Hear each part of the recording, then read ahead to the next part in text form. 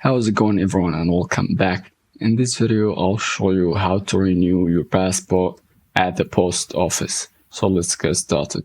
So first of all, you have to fill in a form which is DS-82. So you might be asking, where do you find it? You can simply find it in the US Department of State Bureau of Consular Affairs website, and the application must gather all the recent information like any recent passport or a new passport, and a photo, and the renewal fee.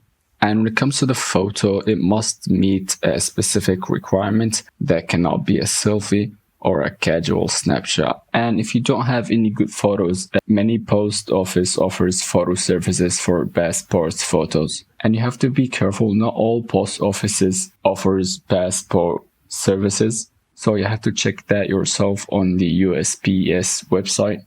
And when you go to the post office, you have to hand over all the information that you have, and like the completed application, passport, the photo, and the fee to the clerk. And they're gonna review the document and collect the fee and forward the application for processing. After all that completed, you are successfully renewed your passport, but you have to be careful. Processing time can take a while, so you have to be careful when it comes to booking a plane or something. So yeah, that was the video for today. Don't forget to like and subscribe, and see you guys in the next one. Cheers.